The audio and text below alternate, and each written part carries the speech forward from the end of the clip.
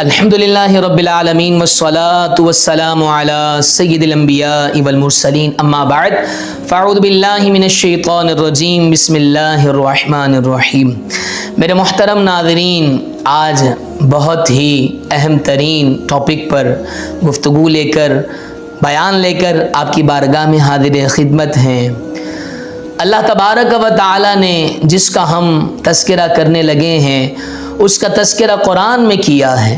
जब कुरान बड़ी अजीम किताब है, बड़ी बरकत वाली किताब है, कैसी अजीम किताब है, आप मेरे चैनल पर जाकर इसको मुलाहिज़ा कर सकते हैं। कुरान ऐसी अजीम किताब है और फिर अल्लाह तबारक व तआला जहाँ पर अपना तज़किरा फरमाता है वहीं पर उस टॉपिक का भी तज़किरा फरमाता है। जो मेरी आज का मौजू है वो क्या है कि हमें बाप का अदब करना चाहिए, माँ बाप का एहतराम करना चाहिए। माँ का तज़किरा तो आपने बेशुमार सुना होगा। इंशाअल्लाह फिर कभी अगली वीडियो के अंदर माँ की शान, माँ का अदब, माँ का एहतराम इंशाअल्लाह लेकर हाजिर होंगे। लेकिन आज बाप का क्या मकाम है, बाप की क्या ताज़ीम है, इसकी तावीम के हवाले से अल्लाह कुरान में क्या फरमाता है, प्यारे आका हदीस मुबारका में क्या फरमाते हैं और हमारा क्या तकाज़ा है, हमारा क्या अलमिया है,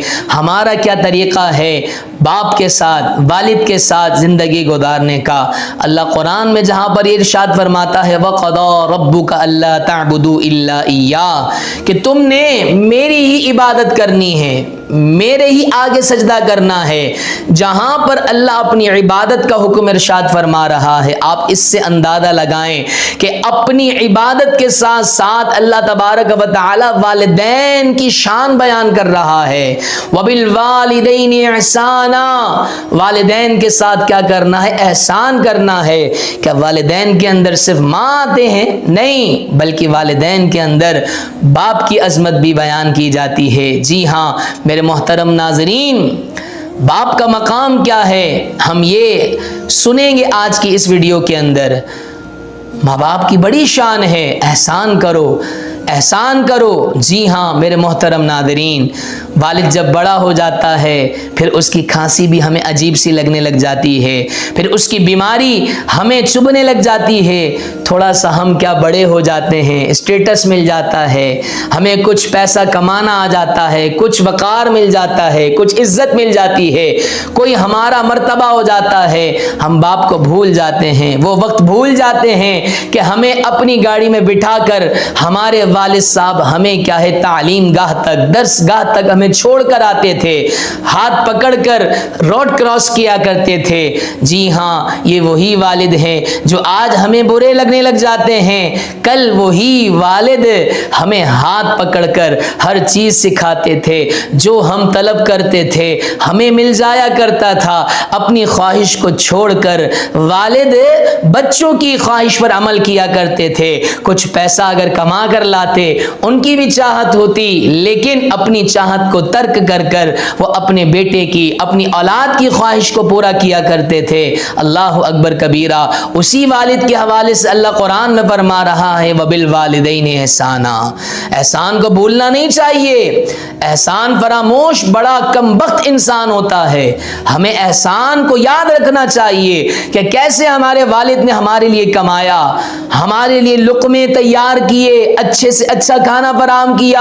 आज बड़े हो जाते हैं तो कहते हैं कि वालिद साहब आपने हमारे लिए किया क्या है, आज जो हैं हम अपनी बदौलत हैं। नहीं मेरे मोहतरम नादरीन, वालिद के एहसान को भूलना नहीं चाहिए। हम वालिदा के एहसान को तो पढ़ते रहते हैं, सुनते रहते हैं कि माँ के कदमों तले जन्नत है, माँ के कदमों तले जन्नत है। जी हाँ बिल्कुल माँ के कदमों तले जन्नत है। आए बाप की अजमत क्या है जाने कायनात से सुनते हैं। नबी पाक सल्लल्लाहु ताला अलैहि वसल्लम ने इरशाद फरमाया कि माँ के कदमों तले जन्नत है तो उसी जन्नत का दरवाज़ा बाप है। बाप को राज़ी करोगे तो जन्नत का दरवाज़ा भी खुलेगा, बाप को राज़ी नहीं करोगे तो जन्नत का दरवाज़ा कैसे खुलेगा, क्योंकि वो दरवाज़ा तो बाप है।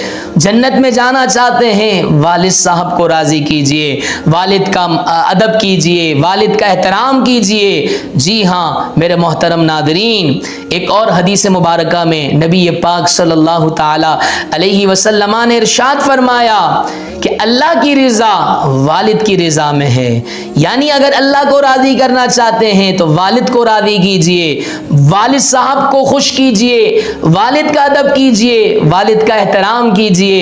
और फिर अल्लाह के प्यारे हबीब ने हदीस मुबारक का अगला जुज इरशाद फरमाया कि वालिद की रिजा में अल्लाह की रिजा है और वालिद की नाराजगी में अल्लाह की नाराजगी है। अगर वालिद नाराज हो गया अल्लाह नाराज हो जाएगा, अल्लाह नाराज हो गया तो फिर हमारा क्या बनेगा? फिर इबादतें करते रहें, फिर नमाज पढ़ते रहें, जब वो राजी नहीं तो फिर इबादतों का क्या मकसद? इसका मतलब ये नहीं है कि इबादतें छोड़ दें, बल्कि हमने अपने वालिद साहब को राजी करना है।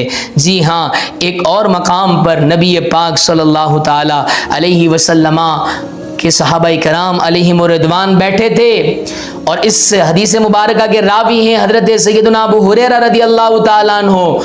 एक सहाबी खड़े होते हैं और अर्ज करते हैं, या रसूल अल्लाह सल्लल्लाहु अलैहि वसल्लम,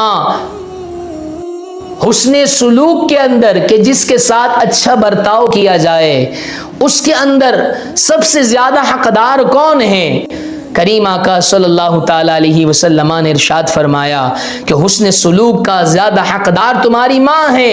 सहाबी ने फिर पूछा, उसके बाद? सरकार सल्लल्लाहु अलैहि वसल्लम ने फरमाया तुम्हारी माँ है।